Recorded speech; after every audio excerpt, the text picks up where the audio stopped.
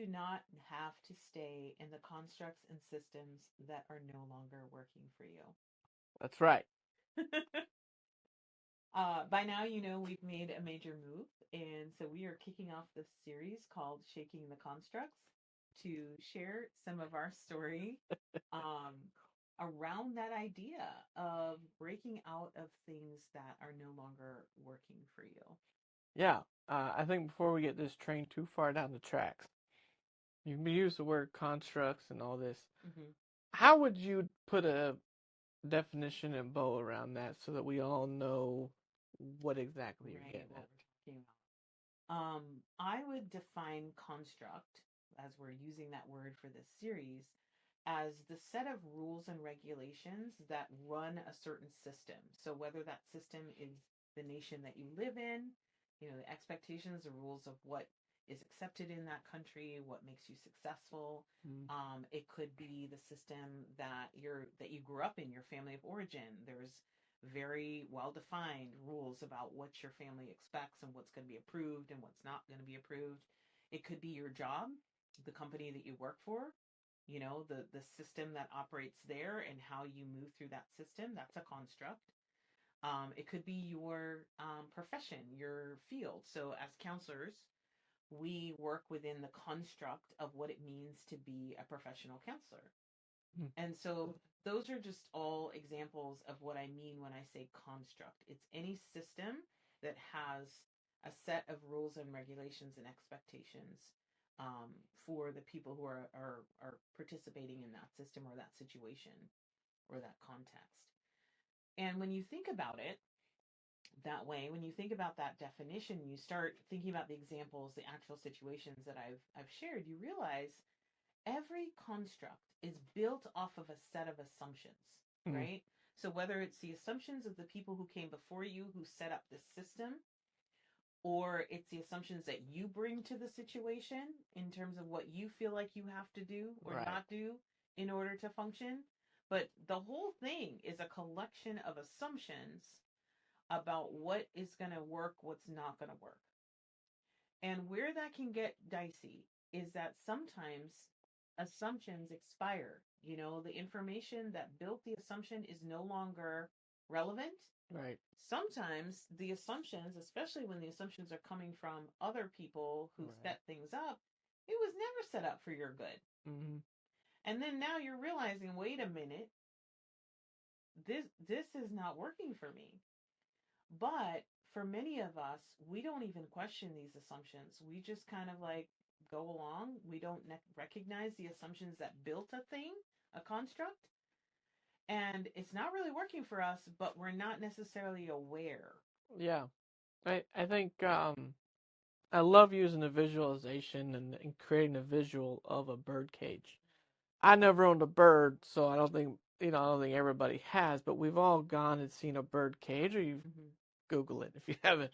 Right, it's a very simple cage, right? And the bars are all coming down. And I'm thinking about the ones that are kind of that conical shape, but like um, you can see outside the cage if you were in it, right? The bird, it's Mm-hmm. not like it's trapped in this like area, right, where it can't see. But the thing about it is, these constructs get created around us.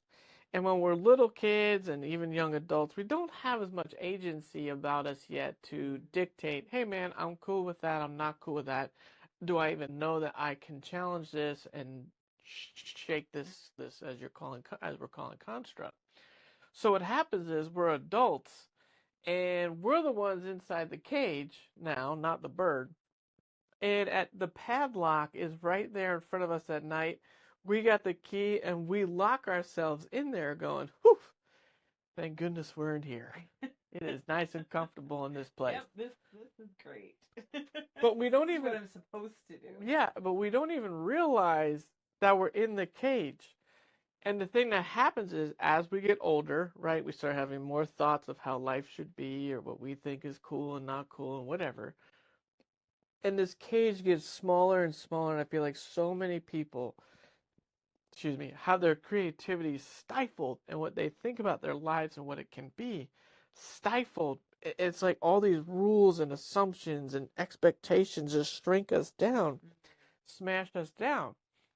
So here's a quick visual we'll do. This will only take a few seconds. I want us to take a little breath here and just go.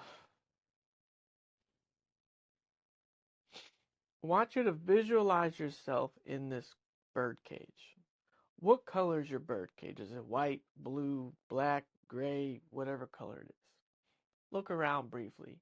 But the thing I want you to really look at is in your hand. There's a key. I want you to walk up to the lock, the padlock on this little door to get out of the bird cage. Put the key in. Turn the key. Listen to the lock pop, pop. Take the lock off the door. Push open the door and walk out. Don't want you to go too far. I just want you to turn around at this point and look at the bird cage. And I want you to start asking the questions. Why was I in this cage to begin with? Who created all these bars, right? If the bars represent rules or expectations and assumptions, who made these for me? And how much have they like really shrunk down my life?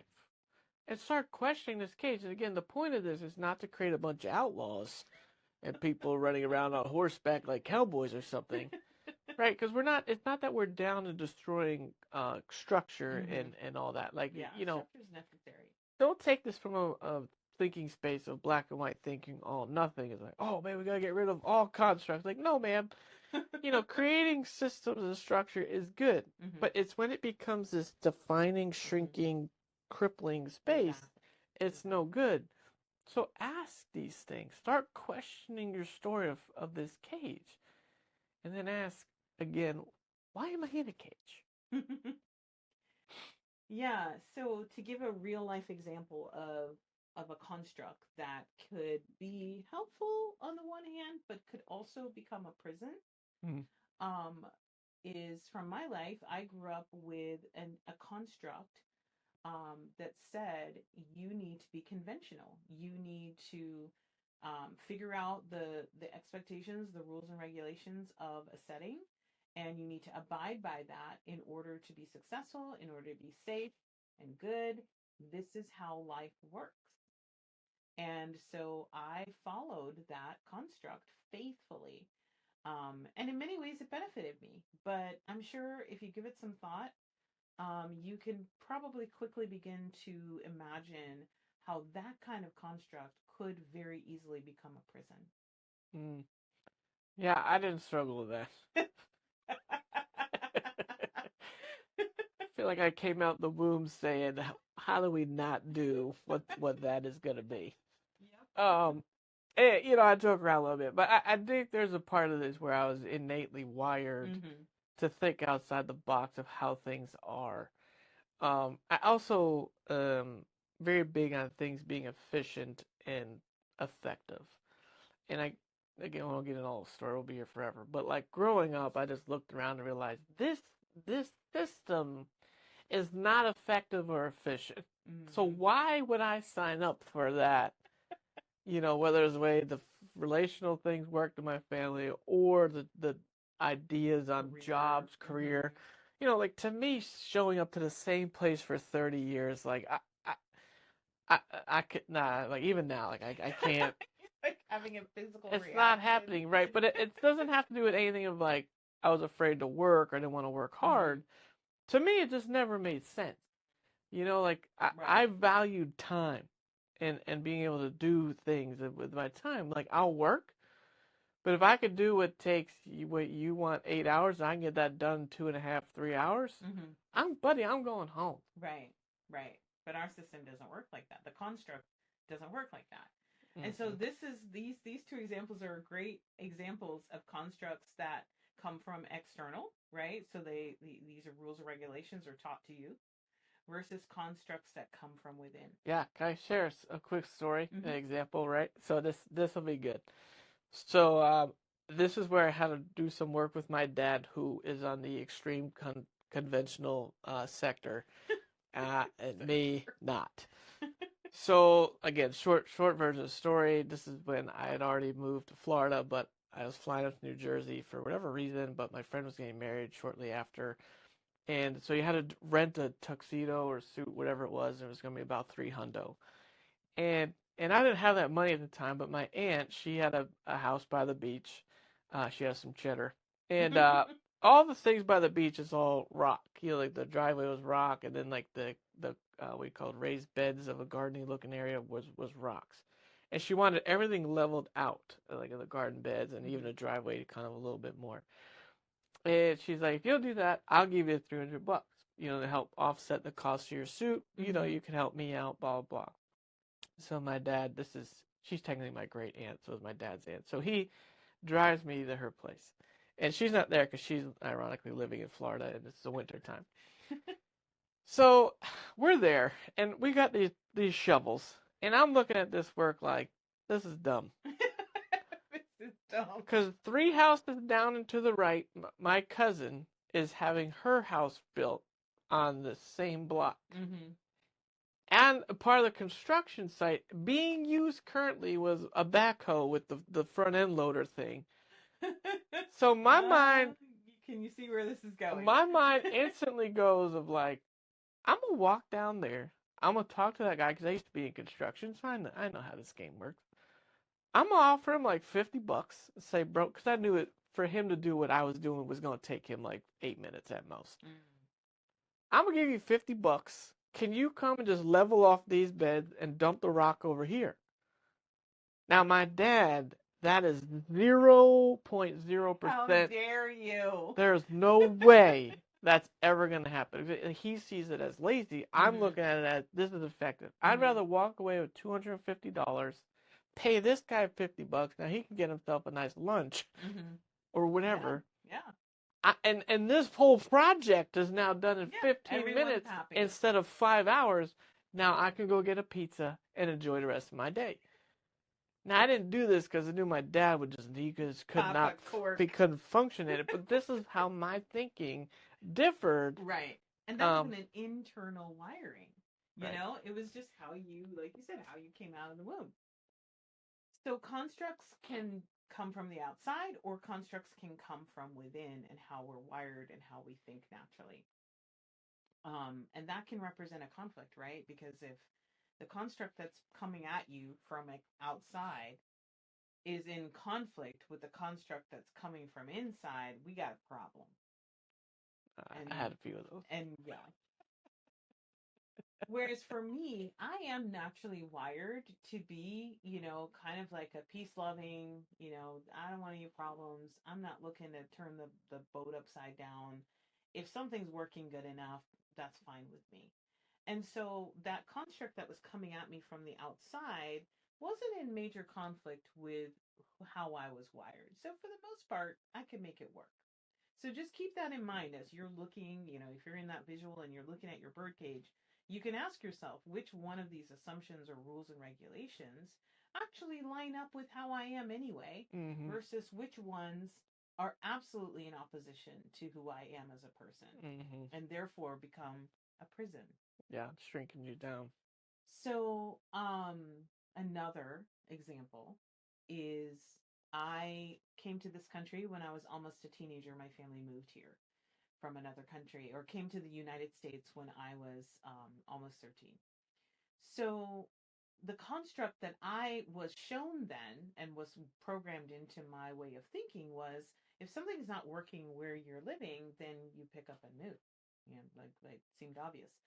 And even more so, this was a very normal thing throughout sort of like my family circle and people who lived where I came from. And it was very normal if somebody moved somewhere else that the family that was remaining would go visit them regularly. This became sort of like a benefit of like, ooh, now I have somebody in so-and-so country I can go see. And beyond that, even, they would go and help. You know, it was nothing for a family member to move to, you know, maybe where a cousin or a child, you know, an adult child of yours had moved to another country, and go stay and help them for a while, you know, help them get settled and help them, you know, figure things out. So that was the construct that I had about that versus... Yeah, not that. Not that. And in my family growing up and how it's structured, like, the ironic thing is both sides, my mom and dad, everybody, generally speaking, there's a couple outliers, but everybody generally lived in New Jersey and in central New Jersey at that. Mm. Um, and if you don't believe in central New Jersey, we got problems. But I'm just kidding. But anyway, in all seriousness, everybody stayed in this New Jersey bubble. And if you decided that you were going to leave, whether it's a job, a marriage, whatever would bring you out of that state, everybody looked at you like, well, it's on you to now maintain connection and maintain, your butt has to be the one coming back to see us. Like, I had an uncle, and he got married, and obviously I had my cousin. They lived in California. We never went there. Never in however long I was living there did we ever go to California. My aunt who worked in Virginia Beach, she had to go there for a promotion thing. Never went there. It was only 6 hours away. And that's just mind-boggling to me. But it was just this thing. And honestly, like when some people came and you're outside the family system for so long, it was almost like, oh, we gotta hang out with them. Like, it was a weird thing. Wow. And so it was challenging knowing, kind of where we're going is, me moving. But it's interesting hearing your story and family. That's like everybody's like, yeah, man, we're not. This isn't working. Let's move, and people will help us, and it'll be a communal activity. Right. If you're hearing a lot of kerfuffle, we have our little junior assistant therapist, who happens to be a kitten, who is just having a field day with different toys in the room. So just ignore that. By toys, we mean paper he's whacking around and things he's deciding to chew on. Exactly. So you have a great story about, exactly how that construct got challenged. Yeah. So, you talking about the move? Mm-hmm. Yeah. So, for me, I won't get into the whole story because this video will be about an hour and a half long. I basically had some very significant events happen in my life, and I woke up realizing I can't stay here. If I don't leave, I was 23 at the time. If I don't leave, I'll be dead before 30. And, I realized very quickly I can't stay here. Now, I didn't necessarily, and here's the other construct that plays within it, right? So the family doesn't move, but the other construct that plays in is we weren't great at creating options. It's like you just got to suck it up, deal with it, and push through. So even though I had this thought of like, I can't stay here, I didn't have this thought of like, you know what? Well, I was in the Northeast at this time, so I'm like, let me try, Connecticut. I didn't know, like, what am I just moving to South Jersey? Like, I didn't have the framework of what options are being created. Just through some relationships I had at the time, a buddy of mine, he was moving to Florida, and I was like, okay, long story short, that panned out. But, again, I don't want to get too far because I know you have a few questions to ask me. But this whole idea of moving, even the reaction of my family was just like, what? What? It's really interesting what you said about the construct of, we don't have options. You just suck it up and you keep it moving and you persevere. Now, obviously, you can see some good in that, right? It's good to have a construct where I don't just bail at the first sign of trouble and you stick things out, right? So that's a construct that can have some benefits. But perfect example of recognizing how a construct can then trap you in a situation that's not working, that you came to realize very clearly, I will not make it if I stay here. Correct. So we're talking about shaking the constructs, and obviously you did that. You ended up moving to Florida. But I am really curious about the actual step off the cliff. And I think this is where most people really get a little bit squirrely. You might be looking at your birdcage and you might be going, there's some things there I'm now realizing. But then immediately the brain starts going through all of the things that are going to be dangerous about making any changes. And you start to recognize, if I am going to shake this construct, it is going to represent a leap off of a cliff. And so I'm just super curious what that was like for you. It may have been just one moment, it may have been, you know, a day, whatever it was, but that moment where you had to put your foot forward and step into thin air. What was that like for you? Yeah, real quickly, I was having a little smile and laugh a moment. I was holding back because you're talking about taking a leap off a cliff. I'm watching our kitten look at our lighting operation going, is he going to take a leap off the cliff here? Anyways, um, to be honest, what helped me at that point, I was 23, 24 years old, uh, it was more exciting. I got caught up in the excitement of it. And Yeah. to be honest, it happened very quickly. Within 6 months, I was in Florida. Mm-hmm. I will tell you that the morning of that I left, I had a meltdown. It was like everything caught up to me. It was a realization of like, oh snap. I'm moving. I was gonna be like sharing. My friend had bought a house, but I was gonna have like a room. But I was like, I only known this person for 1 year. Wow. And here he is. Here he is. And I'm like, I don't have any family down there. I didn't have a lot of money. You know what I mean? I'm like, dude, what are you thinking? And I had a complete meltdown, like crying, sobbing, all the things. And my mom was taken aback by it because she was the one thinking she's gonna have to hold back. And now I'm the one losing it. But I'm remember, here's where the constructs play into each other, and I want to add some nuance because it's not all bad. And this is where you got to play with your cage a little bit. Remember I was talking about that construct that we didn't create options. You just had to push through. It didn't matter what the situation. Now, I don't recommend that strategy most of the time. All the time. But because that was built in, I didn't even have a thought much about staying because I had already committed to leaving. I had all my stuff shipped to Florida and different things already set up. So I didn't even have like the mindset, even as I'm driving down, like, oh, I could turn this buggy around and we'll mail it. This is a silly idea. In my mind, it was like, nope, you this started is it. this. That's exactly it. My dad's line when I was little, he would always say, you finish what you start. And I got in trouble a lot because as a little kid, I'd forget what I was doing and leave tools all over the place, whatever. But you finish what you start, even if you come to realize that this is not a good idea. Exactly. And so that's where, anyway. But that's where there's nuance. And that's why I really want us to pause and think, because not every construct needs to be cast off and thrown into the fire pit and burned to a crisp. Again, you just have to be willing to create nuance to the construct. Again, to your point early on in the video, some expire, some were never meant to be, and then I guess we can now add, hey, some just need to be, bent and reshaped. Right, kind of executed with more, concern or mindfulness to how healthy it is and what effect it's having on us, and just that's that nuance you were talking about. So this is a great start to the storyline, right? So we've given the background and kind of where we started. We've defined construct. We've given people a visual to think about. And so this is hopefully helping you guys to start to really consider the assumptions, the constructs that you work within.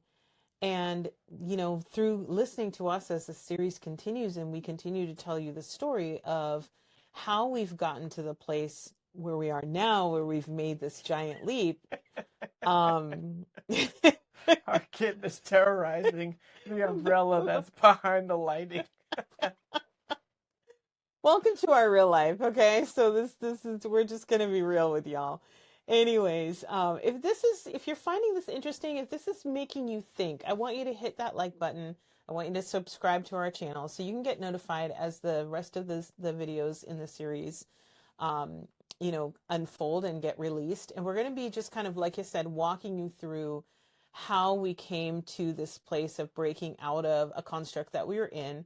We're also going to have a few videos with some of the logistics, the specific logistics of how we executed this, in case there's anybody who is interested in the actual information about it. Okay, so stay with us. Before we go there, maybe I could share this to help some people out there that you might be thinking like, dang man, I walked down. I'm sorry if the lighting shifted. Little buddy just was wrecking havoc over here, but that's all right. But maybe you did the visualization, you stepped out of the bird cage, and you're like, dang, I'm reevaluating this construct. But I don't really know what to do with that, right? It's not that we want to go, I'm conventional, so I'm going polar opposite to just outlaw. No. Here's what I've had to do, and this is what I've been working on probably the last, give or take, 2 years, 18 months.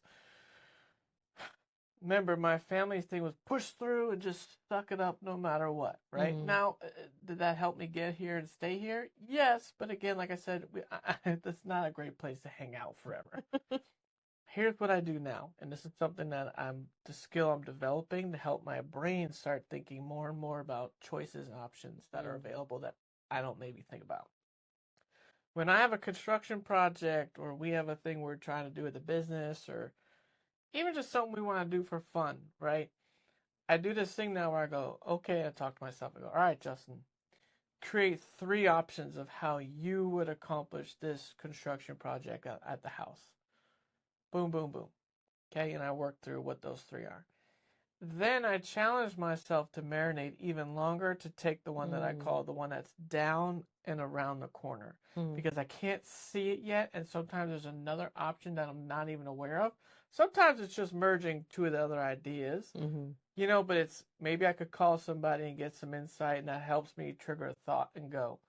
But I challenge myself, and it's a skill I'm developing, right? I'm still working on this. It's not like it's this totally done thing. I wish life was like that. Because I still fall at times into this place of, you know, getting locked in this, just gotta suck it up and go. It's like, okay, no, I don't have to do that. So be mindful that there's probably going to be skills you need to develop in order to shift this construct and create nuance. Excuse me. If you're finding that to be true, cool. That's a good thing. I don't want you to feel like you're doing something wrong, or, oh my gosh, you should, whatever. It shouldn't be this hard. No, it is going to be very challenging. Absolutely. But just know that it's possible. These are skills you can develop. And I always tell people this, and then we'll wrap this thing up. You learned this construct some way, somehow. That means you can also unlearn and relearn. So always keep that in mind as a beacon of hope. Absolutely. And that taps into the last thing I wanted to point out was, you know, sometimes you're looking at that bird cage and you're realizing, this, you know, this might need some tweaking, or this one needs to go all together. But if you have a construct that says you're not allowed to do that, we don't have the agency or the empowerment to decide that this isn't working for me anymore, and therefore I can change it. Well, then that in and of itself, that construct becomes the prison guard, you know, that's going to hold you in that space. So hopefully this series, as you're watching this, will actually be, for some of you, permission.